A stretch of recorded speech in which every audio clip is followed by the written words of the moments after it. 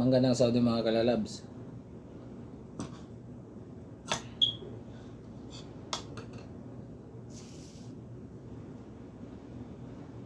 Malaki, di ba? Sobrang hinog na. Ibiyakin natin, kakainin. Kung sinong masarap sa kanila yung mangga dito at saka mangga sa atin. Okay, tingnan natin.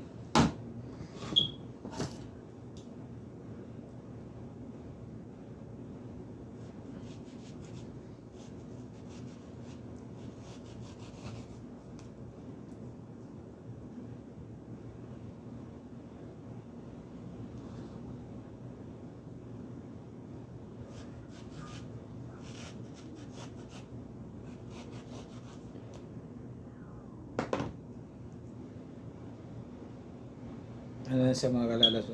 Overripe na po siya. Tikman natin kung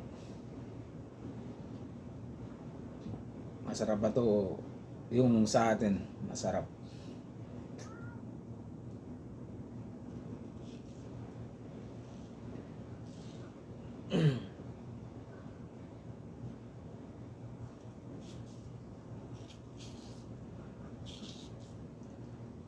Ano siya mga kalalabs? Parang yung tawaging Bisaya, malanot-lanot ba?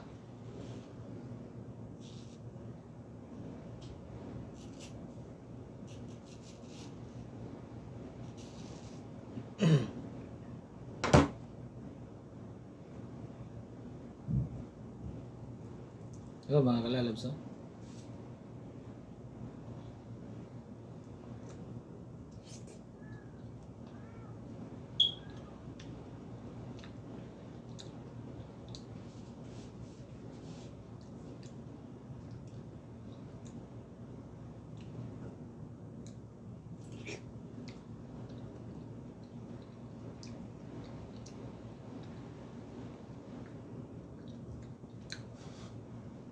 Matamis siya kaso may ano siya, parang lanot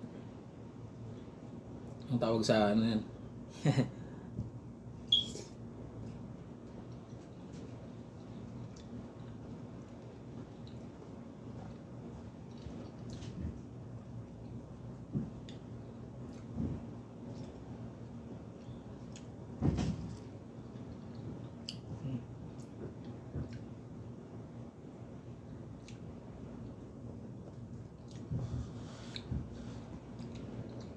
Matamis siya mga kalalabs.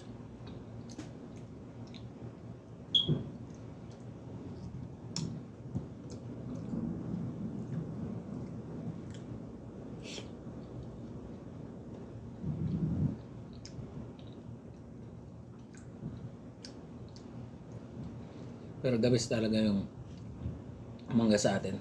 Hindi ko pagpalit.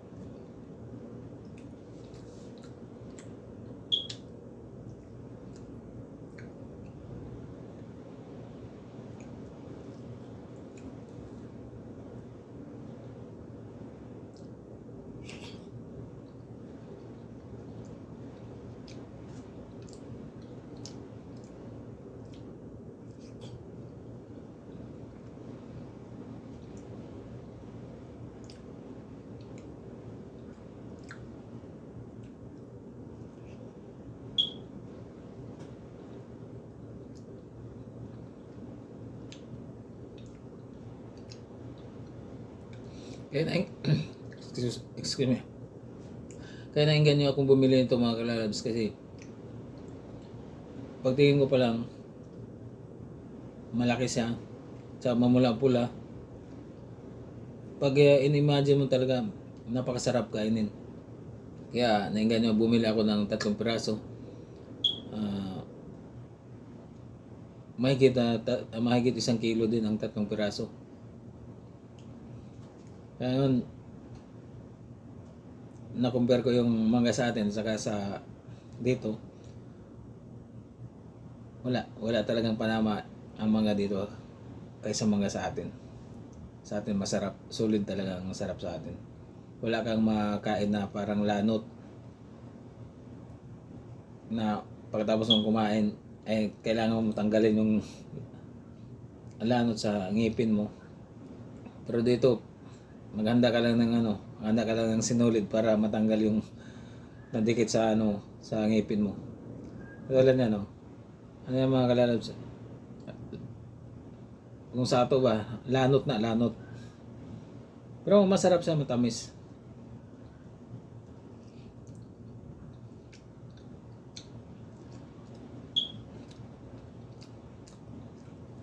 Namiss ko kasi yung mangga sa atin. Kaya bumili ako dito.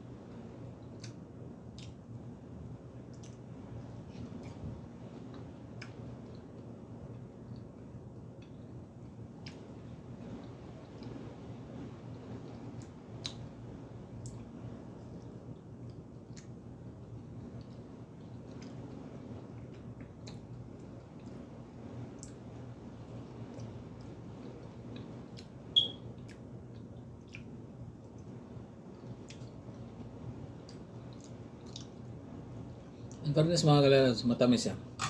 Matamis. Kaso nga lang, sinabi ko na sa inyo kanina, pagkatapos ng kumain, maganda ka lang kayong sinulid para matanggal yung naiwan sa ngipin mo. Yun ano yan, lanat yan. Pero matamis siya.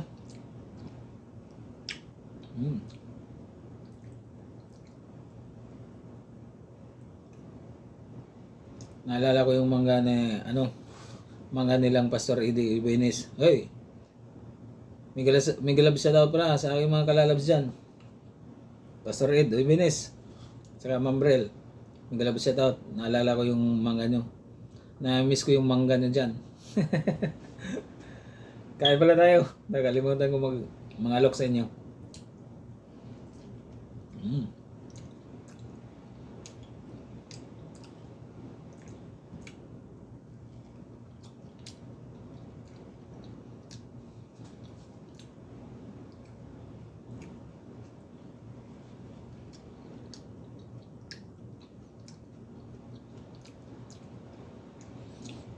May galab sa ito mga kalalabs. Ito, umpisa nang may dumidikit sa ngipin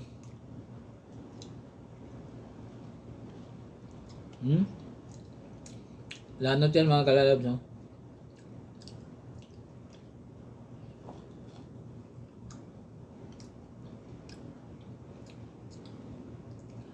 Kasi natin paborito ang mangga. Kasi hindi ko napigilan ang sarili kong bumili kanina kasi paborito ko talaga ang mangga. At saka nami-miss ko talaga ang mangga na kumain. Kaya nainganyo ako dahil sa laki, mamula-mula, yung balat niya mamula-pula.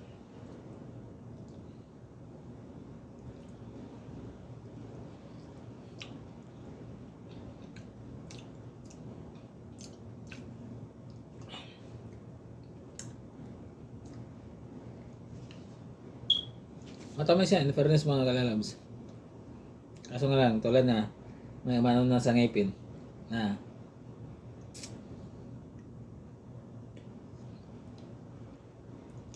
yun na nahuwasan na ang ano, nahuwasan na ang kamingaw sa mangga. Nakakaon na gyud mga kalalabs. Mag-love shout out pala sa aking mga kalalabs dyan. Lalo na sa aking mga kalalabs sa Team Loyal. Mag-love shout out sa inyo. Kumusta na? Parang ang iba sa atin ay lumalaylo na. Pero wag niyo lang ihinto mga kalalabs. Tuloy lang. Kahit paano, kahit konti, may napasok pa rin sa mga account natin. Kaya, tuloy lang tayo. Kahit wala kayong ma-upload, basta ano lang, participate lang palagi.